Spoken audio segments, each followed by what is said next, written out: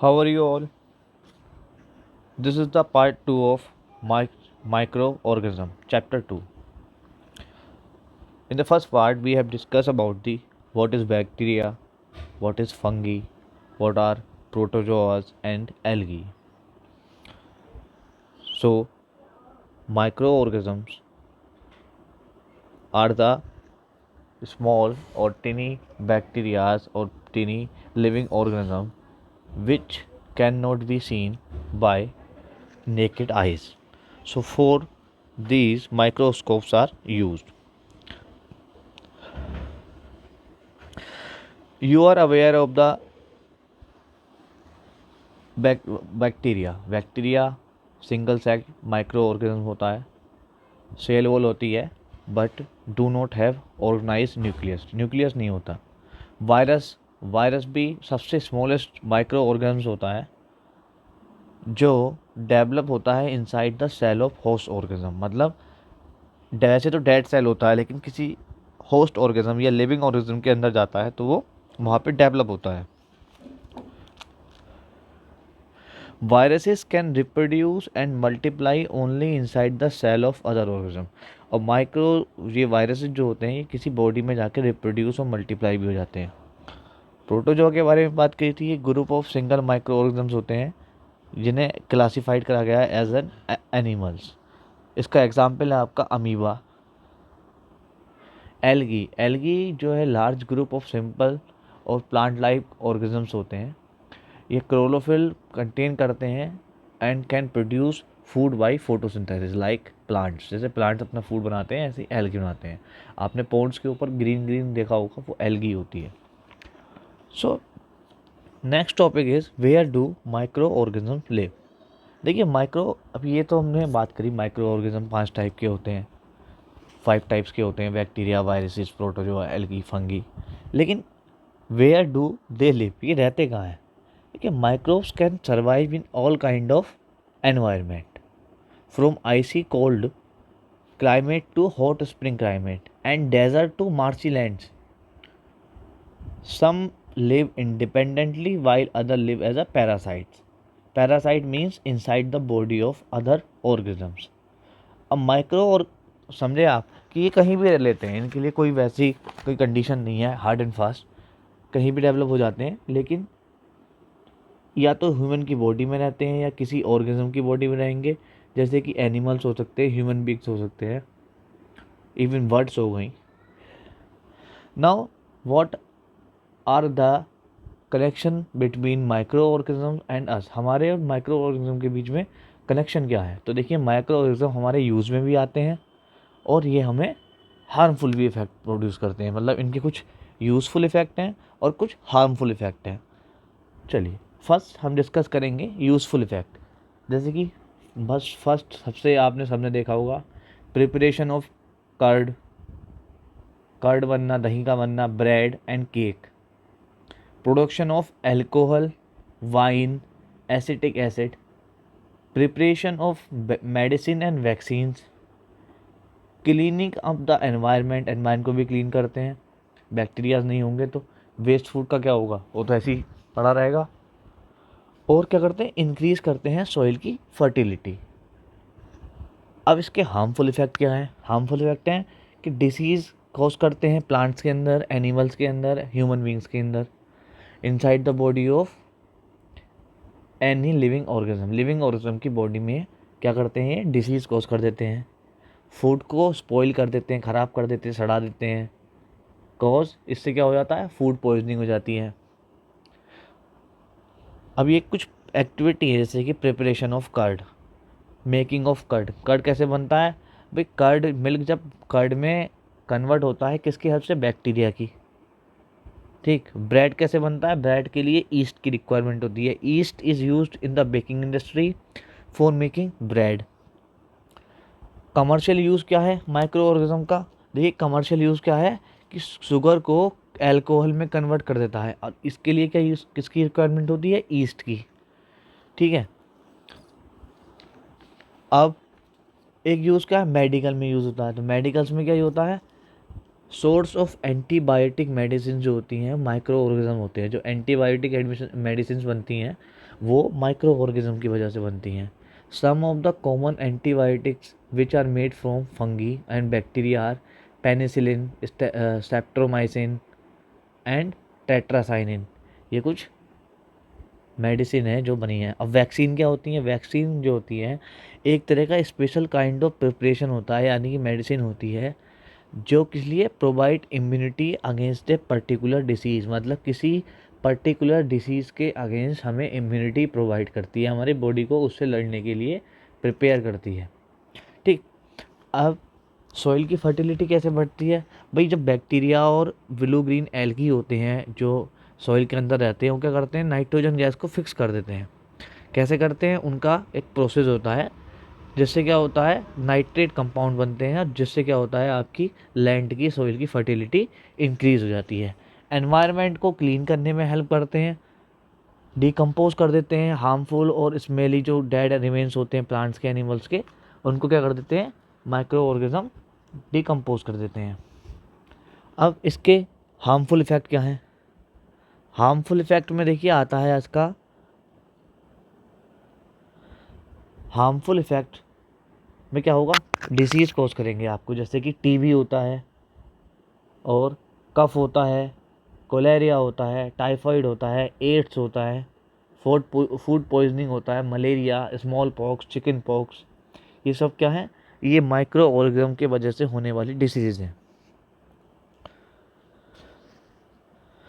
अब देखिए वैक्सीन, देखिए आप वैक्सीन में क्या होता है? एंटीबॉडी डाल देते हैं और वायरस डाल देते हैं। अब क्या होता है? those microbes diseases which can be spread from an infected person to a healthy person through air, water और physical contact are called communicable diseases। देखिए अब डिसीजेज जो होती हैं कम्युनिकेबल भी होती हैं। कम्युनिकेबल डिसीज वो होती हैं जो एक पर्सन से दूसरे पर्सन के को स्प्रेड हो जाए। ठीक है, जो कैसे हो सकती है? एयर के थ्रू, वाटर के थ्रू, फूड के थ्रू, फिजिकल कॉन्टैक्ट से जो डिसीजेज एक पर्सन से दूसरे पर्सन में ट्रांसफ़र हो जाती हैं उनको बोलते हैं communicable diseases. Some example of communicable diseases are common cold, chicken pox, TB, malaria, AIDS और even virus is corona virus, covid 19। So communicable diseases can occur and spread in the following ways. कैसे? By breathing. ये कैसे फैलती हैं? Breathing in the air, air में सांस लेते हैं तब हो जाती है। इन्फेक्टेड फूड या वाटर पी लिया उससे हो जाती है। इंजेक्शन शेयर कर लिया या फूड शेयर कर लिया, फिजिकल कॉन्टेक्ट से फैलती हैं। There are some method to prevent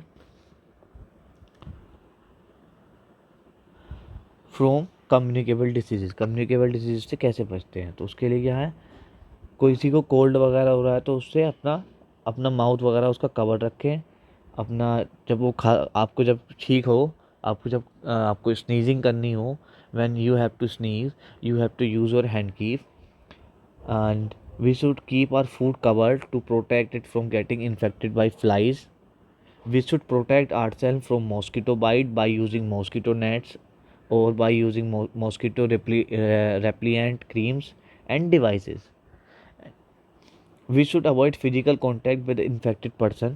These are the prevention from taking from prevent by communicable disease। communicable disease से बचने के लिए these are the some prevention।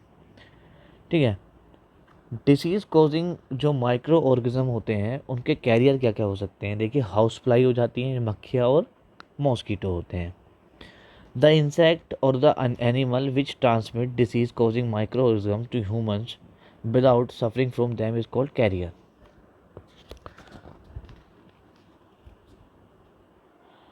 अब देखिए आप हाउस फ्लाई जो होती हैं, हाउस फ्लाइज, उनका भी एक बहुत बड़ा रोल होता है आपकी डिसीज़ को फैलाने के ऊपर। ठीक है, तो क्या करते हैं? देखिए मलेरिया किससे होता है? आपका हाउस फ्लाई से होता है, मच्छर से होता है। और हाउस फ्लाई क्या करती हैं? अब हाउस फ्लाई वैन सेट होने गार्बेज, मतलब गार्बेज वगैरह में बैठती हैं और उसके बाद आके आपके फूड पे बैठ जाती हैं। तो क्या करती हैं वो? जो millions of disease causing micro organisms होते हैं वो अपनी लेग पे स्टिक कर लेती हैं और आपके फूड पे आके उन्हें ट्रांसफ़र कर देती हैं। सम डेंजर डिसीज़ भी हो जाती हैं इसकी वजह से। डेंजर डिसीज़ जैसे टीबी हो गया, टाइफाइड हो गया, डायरिया हो गया, ये बहुत डेंजर डिसीज़ हैं। ये आपके हाउस फ्लाई जो होती है, मक्खी, ये फैलाती हैं। तो इनसे बचने के लिए, प्रिवेंशन के लिए क्या करना चाहिए भाई? जो फूड खाते हैं हम, तो food should be always kept, तो उसको हमें कवर रखना चाहिए, और अनकवर्ड फूड को खाने से हमें अवॉइड करना चाहिए। ऐसे ही आपके मॉस्किटो हैं, मॉस्किटो की वजह से भी आपके बहुत सारी डिसीज़ होती हैं। जैसे कि सबसे कॉमन डिसीज़ तो आपकी मलेरिया ही है। मलेरिया किसकी वजह से होता है? एनोफाइल मॉस्किटो की वजह से। और प्लाज्मोडियम, मलेरियल पैरासाइट को प्लाज्मोडियम बोलते हैं, जिसकी वजह से, जो प्लाज्मोडियम है वो वायरस है जिसकी वजह से आपको मलेरिया होता है। जब फीमेल एनोफाइल्स मॉस्किटो किसी इंसान को बाइट कर लेती है, तो क्या करती है? इंसान का ब्लड सक करती है, और जो मलेरिया पैरासाइट्स होते हैं, माइक्रोब्स जो उसके अंदर होते हैं, मलेरिया पैरासाइट्स होते हैं, प्लाज्मोडियम, प्लाज्मोडियम वायरस है, उसको ह्यूमन बॉडी के अंदर इन्फेक्ट कर देती है। उससे क्या हो जाता है? आपको मलेरिया होने के चांसेस बढ़ जाते हैं। तो इसके लिए हमें क्या करना चाहिए भाई? हमें अपने आप को बचाना चाहिए। कैसे बचाना चाहिए? मलेरिया और डेंगू से कैसे बचते हैं भाई? अपने आसपास की जो चीज़ें होती हैं, सराउंडिंग्स को क्लीन करना चाहिए, ड्राई रखना चाहिए, और विंडो और डोर को रात में इवनिंग के टाइम पे बंद कर देना चाहिए, और उन पर जालियाँ लगा देनी चाहिए जिससे कि मॉस्किटो डायरेक्टली अंदर ना आए, और मॉस्किटो रेपलिएंट यूज़ करने चाहिए। तो धीज तो ये तो मलेरिया से बचने के आपके प्रिवेंशन से। कुछ डिसीज़ हैं जैसे कि टीबी। टीबी किसकी वजह से होता है? टीबी बैक्टीरिया की वजह से होता है। और कैसे ट्रांसफ़र कैसे होता है? एयर की वजह से। चिकन पॉक्स एक वायरस है। पोलियो भी एक वायरस है। कोलेरिया भी एक बैक्टीरिया की वजह से होता है। टाइफाइड बैक्टीरिया की वजह से होता है। और आपका वायरस की वजह से क्या होता है? ये देखिए, common disease and their mode of transmission. देखिए, एयर की वजह से क्या होती है? टीबी होता है, मिलेसिस होती है, चिकन पॉक्स होते हैं, और पोलियो होता है। वाटर की वजह से क्या होता है? Typhoid, polio, hepatitis A. Food की वजह से कोलेरा, कॉन्टैक्ट में चिकन पॉक्स। मॉस्किटो की वजह से मलेरिया और डेंगू।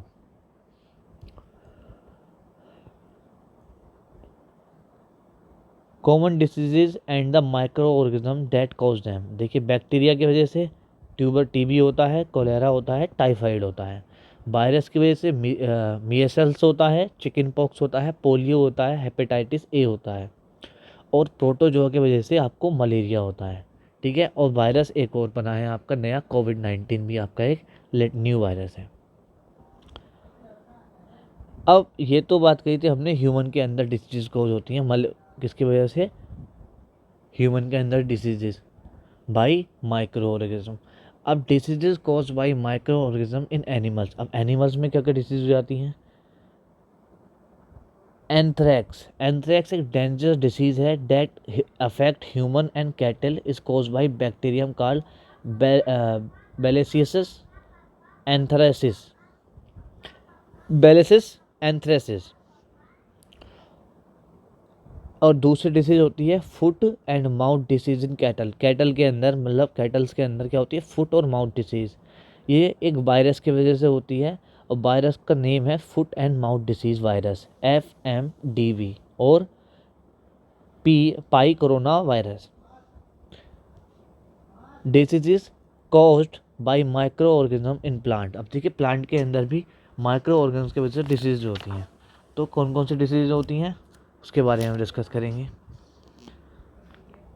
जैसे वीट के अंदर होती है, राइस के अंदर हो जाती है, पोटैटो के अंदर होती है, आप ध्यान से इमेज देखिए, एप्पल के अंदर होती है, orange, sugar cane.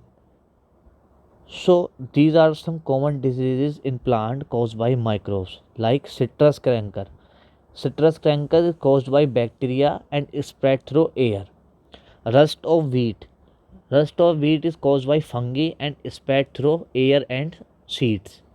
Yellow vein mosaic of okra या भिंडी। भिंडी में जो येलो वेन मोसैक होता है वो होता है एक वायरस की वजह से, जो इंसेक्ट के थ्रू स्प्रेड होता है।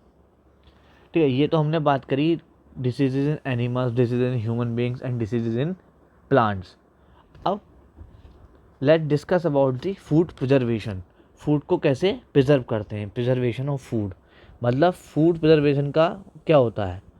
So food material like milk हो गया, फ्रूट हो गए, वेजिटेबल हो गई, मीट हो गए, फिश हो गए, कुक्ड फूड हो गया, ये सब जल्दी स्पॉइल्ड हो जाता है, ख़राब हो जाता है। This is because they contain in lot of water due to which the food spoiling micro organism can grow in them easily.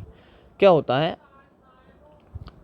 जो ये फूड होते हैं, मिल्क हो गया, फ्रूट, वेजिटेबल वगैरह में क्या होता है, आपके फूड वाटर होता है, ज़्यादा वाटर होता है, ज़्यादा वाटर की वजह से क्या होता है, फूड स्पॉइलिंग, मतलब माइक्रोब्स जो होते हैं, माइक्रो ऑर्गेनिज्म जल्दी उसमें ग्रो कर लेते हैं, और ज़्यादा जल्दी ग्रो होते हैं, जितनी जल्दी ग्रो होते हैं उतनी जल्दी आपका फूड ख़राब होता है। तो अब फूड बचाने के लिए हमें क्या करना चाहिए, फूड बचाने के लिए हमें क्या करना चाहिए, these are some method for preserving food are. देखिए सब कुछ मेथड होते हैं फूड प्रिजर्व करने के, लेकिन पहले बात करते हैं फूड प्रिजर्वेशन होता क्या है। The process in which food material are given a suitable physical और chemical treatment to prevent their spoilage is called food preservation. मतलब फिजिकल और केमिकल प्रोसेस से किसी फूड को स्पॉइल होने से बचाने की प्रोसेस को फूड प्रिजर्वेशन कहते हैं। अब फूड प्रिजर्वेशन के लिए कुछ मेथड हैं, जैसे कि सन डाइंग या डिहाइड्रेशन, हीटिंग, कूलिंग और refrigeration, deep freezing, addition of common salt, addition of sugar, addition of mustard oil and vinegar, use of special chemical preservation such as sodium metabisulfate, sodium benzoate and citric acid. And next is pasteurization, and last is packing the food in airtight packets, airtight packet में food को save करना। So use of preservative, preservative का use, तो preservative are use in pickles, jams, squashes to protect them from spoilage. देखिए preservatives use होते हैं आपके कुछ, जैसे जैम्स होते हैं आपके, और आपका अचार आते हैं पैक्ड, उनके अंदर प्रिजर्वेटिव यूज़ होते हैं। Preservatives are common chemical such as salt या ईडेबल ऑयल्स जो हैं। देखिए आपने भी देखा होगा, आपके घर जब अचार बनता है तो उसके अंदर क्या होता है, मस्टर्ड ऑयल को डाल देते हैं, जिससे कि अचार ख़राब नहीं होता ज़्यादा दिनों तक, तो वो क्या है, एक तरह का प्रिजर्वेटिव है। और जो हम घर में अचार डालते हैं उसमें सॉल्ट डाल देते हैं, और या एसिड प्रिजर्वेटिव, यानी कि कुछ लोग विनेगर के अंदर, आपने देखा होगा मूली को विनेगर के अंदर रखते हैं तो ख़राब नहीं होती। सोडियम बेंजोएट और सोडियम मेटाबाइसल्फेट जो हैं बहुत कॉमनली यूज प्रिजर्वेटिव्स हैं खाने को प्रिजर्व करने के लिए। Next is use of common salt. Common salt का यूज़ कैसे करते हैं, मीट और फिश जो होते हैं उनको कवर्ड कर देते हैं ड्राई सॉल्ट से to check the growth of bacteria, मतलब बैक्टीरिया की ग्रोथ से बचाने के लिए। Salt is also use to preserve amla, raw mangoes etcetera. देखिए जो मैंगो होते हैं उनको भी बचाने, उनको भी प्रिजर्व करने के लिए आपके सॉल्ट यूज़ होती है। शुगर का यूज़ कहाँ करते हैं, शुगर का use in jams, jellies, squashes, sugar use as a preservative. Sugar reduce the moisture content and hence inhibits the bacteria from growing the and spoiling food. क्या करते हैं, सॉइल क्या करता है, मतलब शुगर आपका मॉइस्चर कंटेंट हो उसको रिड्यूस कर देता है, और उससे क्या होता है, बैक्टीरिया जो है वहाँ पे ग्रो करने की उनकी जो कंडीशन होती है, फेवरेबल कंडीशन नहीं रहती। ऑयल का और विनेगर का यूज़ करते हैं। विनेगर यानी कि आपका ऑयल और विनेगर को यूज़ करते हैं जिसमें किसमें, फ्रूट्स में, वेजिटेबल्स को बचाने के लिए, फिशेस के लिए, मीट में, as a preservative. And bacteria can not survive in environment with an oil and vinegar. जिस एनवायरनमेंट में ऑयल एंड विनेगर होता है उसमें बैक्टीरिया सर्वाइव नहीं करता। Use of hot and cold treatment, ये कही कि हॉट और कोल्ड ट्रीटमेंट है, जैसे कि मिल्क को बॉईल करते रहते हैं, बार बार मिल्क को बॉईल करते रहोगे उसके अंदर बैक्टीरिया ग्रो नहीं होते हैं, जिस क्या होता है क्योंकि बैक्टीरिया मर जाते हैं। या क्या करते हैं, गर्म करके बाद को फ्रीज में रख दिया, या आप फ्रूट रहा है, आपने कुछ खाना खाया, जैसे कि आपने फ्रूट था आपका, आपने फ्रूट खाया बच गया, उसको आपने फ्रिज में रख दिया। फ्रिज में क्यों रखा, जिससे कि उसमें बैक्टीरिया ग्रो ना कर सकें। एक प्रोसेस होती है पैस्चराइजेशन। देखिए पैस्चराइजेशन क्या होता है।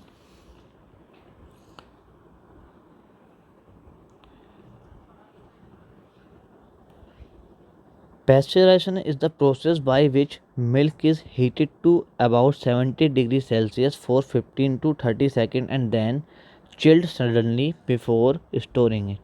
It prevents the growth of microbes. We can use pasteurized milk without boiling as it is free from harmful microbes. Milk को 70 डिग्री सेल्सियस तक गर्म करते हैं 15 टू 30 सेकेंड और उसको डायरेक्ट फिर सडनली चिल्ड कर देते हैं। और चिल्ड करने के बाद क्या करते हैं, इससे क्या होता है, इसमें माइक्रोब्स की ग्रोथ नहीं हो पाती और इस मिल्क को हम डायरेक्ट ऐसे ही दोबारा गर्म करें इसको यूज़ कर सकते हैं। Pasteurization was discovered by Louis Pasteur. देखिए पैस्चराइजेशन को डिस्कवर करा था लुइस पैस्चर के थ्रू, साइंटिस्ट थे लुइस पैस्चर। अब सील्ड एयर टाइट पैकेट क्यों यूज़ करते हैं। देखिए सील्ड एयर टाइट पैकेट्स इसलिए यूज़ करते हैं, उससे क्या होता है, एयर टाइट पैकेट्स जो होते हैं प्रिवेंट कर देते हैं अटैक ऑफ माइक्रो ऑर्गेनिज्म के अटैक से प्रिवेंट करते हैं। They help the dry fruits and vegetables to remain unspoiled for a longer time. इससे क्या होता है, जो ड्राई फ्रूट्स और वेजिटेबल होती है उनको स्पॉइल होने से बचाते हैं, मतलब माइक्रोब से बचाते हैं, जिससे वो लॉन्गर टाइम तक सर्वाइव कर लेती हैं। आपका लास्ट टॉपिक है आपका नाइट्रोजन फिक्सेशन। नाइट्रोजन फिक्सेशन पे हम पूरी एक कंप्लीट वीडियो बनाएंगे। Thank you for watching this video, and if you have any query you can comment in the comment box. Please like this video.